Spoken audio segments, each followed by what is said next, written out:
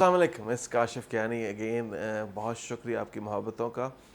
मैं आपको गाइड करता हूँ किस तरीके से इन्वेस्ट करना है और कैसे इन्वेस्ट करना है, कहाँ इन्वेस्ट करना है और कितना इन्वेस्ट। मेरी कोशिश होती है कि मैं अपने इन्वेस्टर्स को, मैं अपने लोगों को, मैं अपने चाहने वालों को, मैं अपने दोस्त अहबाब को, आप लोगों को एक अच्छे तरीके से गाइड कर सकूं कि इन्वेस्टमेंट कहाँ करनी चाहिए, किन फैक्टर्स के साथ करनी चाहिए और इस इन्वेस्टमेंट का क्या बेनिफिट लेना चाहिए।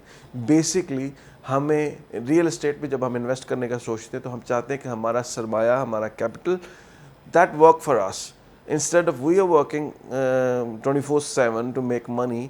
Let money make us something which we can live with it.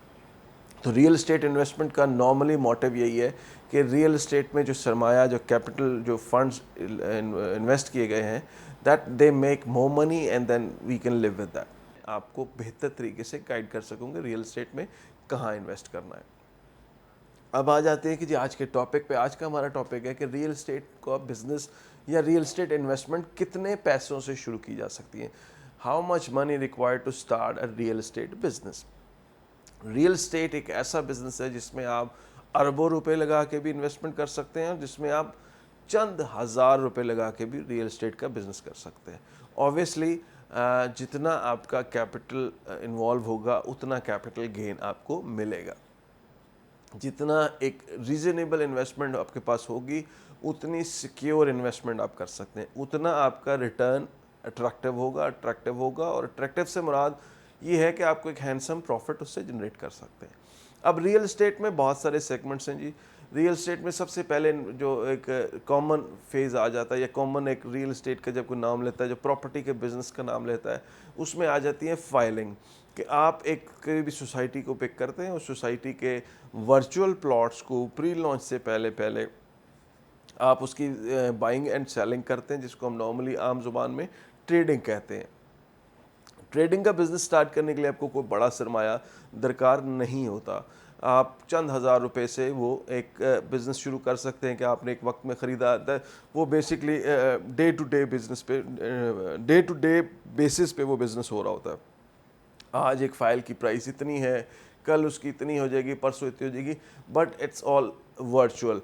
इसमें फ़िज़िकल जो रियल एस्टेट है या जो फ़िज़िकल प्रॉपर्टीज़ हैं वो नॉर्मली इन्वॉल्व नहीं होती। वो इन फ्यूचर वो सोसाइटी वो बनेगी, वो लैंड एक्वायर करेंगे, उस पर प्लॉट्स बनेंगे और वो सारा कुछ होगा। तो एक सूरत तो वो है जो आप चंद हज़ार रुपए में कर सकते हैं। क्योंकि इसमें कैपिटल कम इन्वॉल्व होता है तो इसमें प्रॉफिट भी उसी रेशो से थोड़ा सा मिनिमम होता है। चंद हज़ार रुपए के साथ आप चंद हज़ार रुपए ही कमा सकते हैं। इसके बाद एक आ जाता है जी फिज़िकल प्लॉट्स। फिज़िकल प्लॉट्स में ये हो जाता है कि आपने एक प्रॉपर्टी खरीदी, एक सोसाइटी चूज़ की, उस सोसाइटी में आप फिज़िकल प्लॉट्स ले रहे हैं। अब उन फिज़िकल प्लॉट्स के अंदर क्या हो रहा है कि आप एक प्लॉट लेते हो, उसका डाउन पेमेंट आप दे देते हो, उसका बुकिंग फॉर्म आप ले लेते हो और उस बुकिंग फॉर्म के अंदर आप उसको चंद दिन होल्ड करते हो, चंद माल होल्ड करते हो और अच्छी प्राइस पे बेच देते हो। तो वो भी अगेन ट्रेडिंग में आता है, लेकिन उसमें थोड़ा सा डिफरेंस ये आ जाता है कि उसमें आपके पास फिजिकल प्रॉपर्टी होती है। अब फिजिकल प्रॉपर्टी से मुराद ये है कि वो प्लॉट आप जाके देख सकते हो, प्लॉट मैप पे एग्जिस्ट कर रहा है, वो प्लॉट फिजिकली एग्जिस्ट कर रहा है। उसमें इन्वेस्टमेंट थोड़ी सी ज़्यादा हो जाती है। नॉर्मली लोग उस पर क्या करते हैं कि कुछ टोकन या कुछ जो है ना वो कंफर्मेशन अमाउंट, एक बयाना जो है ना वो पे कर देते हैं। अब उस अमाउंट पे वो चंद दिन का वक्त का, थोड़े दिनों का वक्त ले लेते हैं टू पे द फुल अमाउंट। उस दौरान उसको वो ट्रेड कर लेते हैं और वो सारा कुछ होता है। ये सारा एक बबल इन्वेस्टमेंट है। ऑब्वियसली बहुत सारे लोग करें, तो मैं किसी का दिल दुखाना नहीं चाह रहा, मैं किसी को गलत साबित करने के लिए ये बात नहीं कर रहा, लेकिन वो थोड़ा सा रिस्क फैक्टर में आ जाता है कि आपके पास उतना सरमाया नहीं है। अब फॉर एग्जांपल आपने 1 करोड़ रुपए का प्लॉट उठाया, उस पर अपने 5 लाख रुपए टोकन बयाना कर दिया और उसके बाद आपने 10 दिन का टाइम, 20 दिन का टाइम ले लिया। उस दौरान आपने वो बेचना है और उसके बाद जो प्रॉफिट होगा वो आप रख लोगे और बाकी आप पिछले ओनर को दे दोगे या एक्चुअल ओनर को दे दोगे। तो इट्स रिस्की बिजनेस। अब आ जाते हैं जी तीसरी चीज़ में, जिसमें आप बेसिकली क्या करते हैं, आप एक नई डेवलपमेंट में, अब या नई डेवलपमेंट या मेच्योर डेवलपमेंट में आप जाते हो, आप एक प्लॉट ख़रीद लेते हो और उस प्लॉट को आप अपने पास रख लेते हो और उसके बाद कुछ वक्त गुजरता है, उस एरिया की प्राइस अप्रिशिएट कर जाती है और आप उसको, उसके बाद आप उसको सेल कर देते हो और उसमें बेसिकली आपने प्लॉट का फुल पेमेंट किया हुआ है, प्लॉट आपका पोजेशन में है, प्लॉट आपका डेवलपेबल है, वो जो भी ख़रीदेगा वो आपसे ख़रीद के उस पर घर बनाना चाहे तो घर बना सकता है।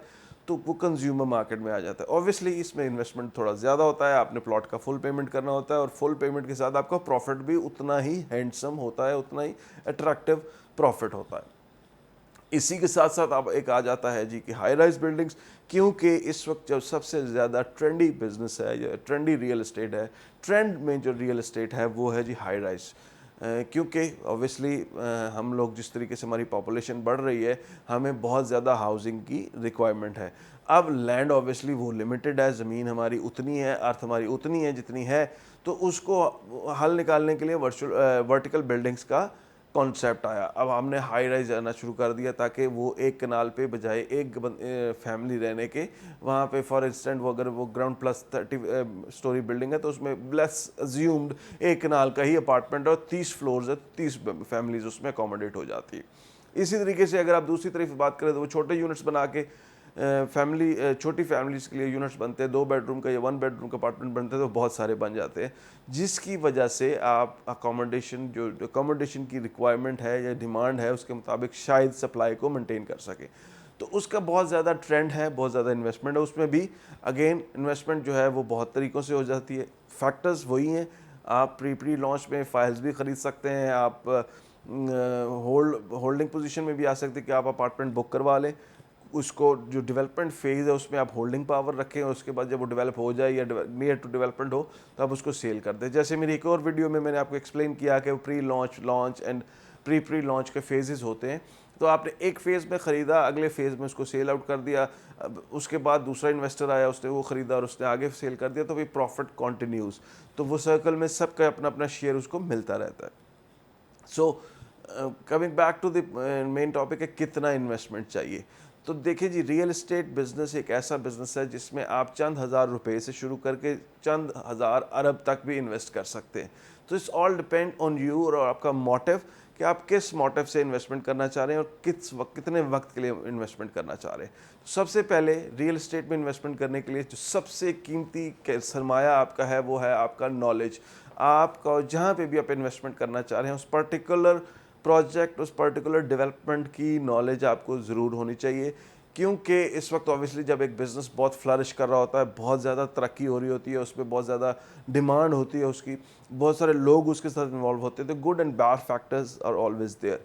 अच्छे और बुरे लोग हर जगह पे होते हैं, अच्छी और बुरी इन्वेस्टमेंट हर जगह पे होती है। तो आपकी सबसे ज़्यादा जो रियल एस्टेट बिज़नेस स्टार्ट करने के लिए जो इन्वेस्टमेंट है वो आपकी इन्फॉर्मेशन है। आपके पास कितनी इन्फॉर्मेशन है उस पर्टिकुलर एरिया के बारे में, उस पर्टिकुलर प्रोजेक्ट के बारे में, ये सबसे ज़्यादा ज़रूरी है। कैपिटल आपके पास जितना है उतने में इन्वेस्ट हो सकता है।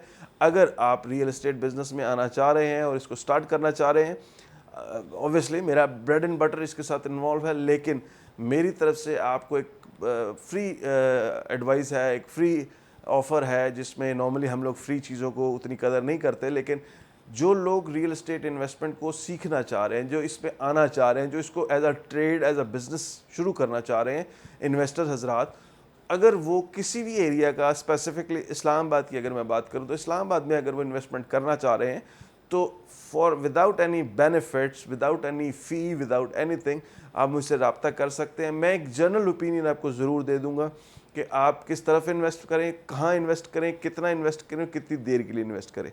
तो मेरे नंबर्स नीचे दिए गए हैं, बिल्कुल आप जब भी इन्वेस्ट करना चाहें 24/7 में अवेलेबल हूँ जी। आप मुझे कॉल कर सकते हैं, व्हाट्सएप अवेलेबल है, व्हाट्सएप पे मैसेज कर दीजिए अगर मैं कॉल नहीं सुन पा रहा है, कॉल नंबर बिज़ी, मेरा नंबर अक्सर लोग शिकायत करते हैं कि अक्सर बिज़ी मिलता है, तो आप व्हाट्सएप पे मेरे से रब्ता कर लें, एक message, voice message, text message drop कर दें। मैं आपकी हर तरह की क्यूरीज़ को आंसर करूँगा और जो मेरे पास उस पर्टिकुलर प्रोजेक्ट का इन्फॉर्मेशन होगी मैं ज़रूर आपसे शेयर करूँगा। अस्सलाम वालेकुम, शुक्रिया।